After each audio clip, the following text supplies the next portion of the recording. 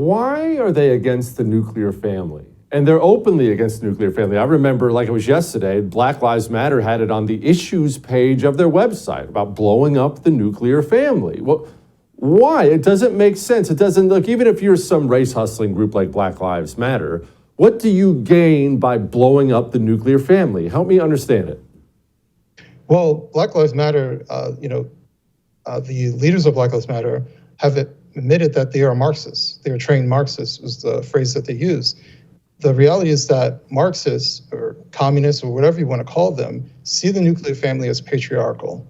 And so they want a separation of the nuclear family. But in the end, the reason why they want it is because they want a marriage to the state. Everything is about the state. Everything is about distribution amongst everyone equally, or through, we should say via equity, right? To try to force some guarantee of outcomes, which is impossible. But everything is about the state. And once we start to see that everything is about the state, then everything else makes sense. It's about power, it's about control, and it's about the state having power and control, not the individual family, and not the rules of families to determine how their children are raised. It's about the state determining how they're raised. That's why you see what's going on within schools. That's why they're in administrations within schools. They are putting it in practice. This is critical race praxis that you're seeing. You brought up the George Floyd stuff. One thing that struck me hard as I watched all that unfold, as we all looked in horror at our TV as American cities caught fire, was how popular it was. And I'm not just talking about some black person who thinks he got a bad shake. It was a bunch of suburban white boys driving into the cities to burn things down. I don't understand, why is there so much angst out there? Why did something like that get so popular? Was it just to be part of something, like an adventure or something? Was it like spring break for these people? Well, George Floyd was an interesting situation, to say the least. So the first thing is, the reality is that Black Lives Matter, the movement and the protests, was a majority white movement. And what ends up happening is the media, they turn on their cameras at certain moments to show black people, to give the illusion that it's a black movement. And were there black people there? Sure.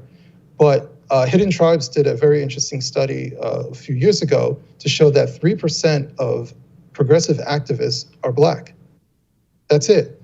So the vast majority of progressives in this country, and including progressive activists, are not black. And so Black Lives Matter was a front for basically the white upper class within our society that believe in this, boutique religion called anti-racism. And they use every single opportunity to go out on the street and do everything in the name of black people, because they're our saviors of society. So that's much of why you saw so many, white kids out there, because it was a white movement. It just had black faces at the front of it under the guise of BLM. Bunch of 16-year-old white kids driving their BMWs into the city to burn something down. I'll never forget it as long as I live. All right. How do people fight back against this? People don't like it. They look at all this horror out there, DEI, and they want it stopped. They don't want our nation to go this way. But people don't know what to do. Oftentimes they get scared to even bring it up because nobody wants to get screamed at by some tranny. What do? Well, for one, they have to have some hope. I think I've been watching too many people feel hopeless, and that's part of the demoralization phase that we're seeing in our society. The more you're hopeless, the more they win. My second suggestion is, if you have children, you let them know exactly what is happening and what could happen within their schools, within their everyday walk of life. You prepare them for the possibility of these particular things. So if they do go off to college, which I'm not completely anti-college, but if they do go off to college, you let them know what they're going to face. Don't let them be blind. That's how they get indoctrinated by these people, because their parents didn't warn them. And to be honest with you, a lot of parents didn't even know that this existed. They thought they were going to school to get enlightened. So I think more awareness, more education, and some form of optimism is what's really at heart here. I like that. That makes me feel better. Adam, come back soon, brother. I appreciate you. Anytime. Support the First TV today and get instant access to exclusive specials like Who is Ron DeSantis, the history of FBI scandals, and America's worst presidents. Visit thefirsttv.com/support or download the First TV app to become a supporter and start watching today.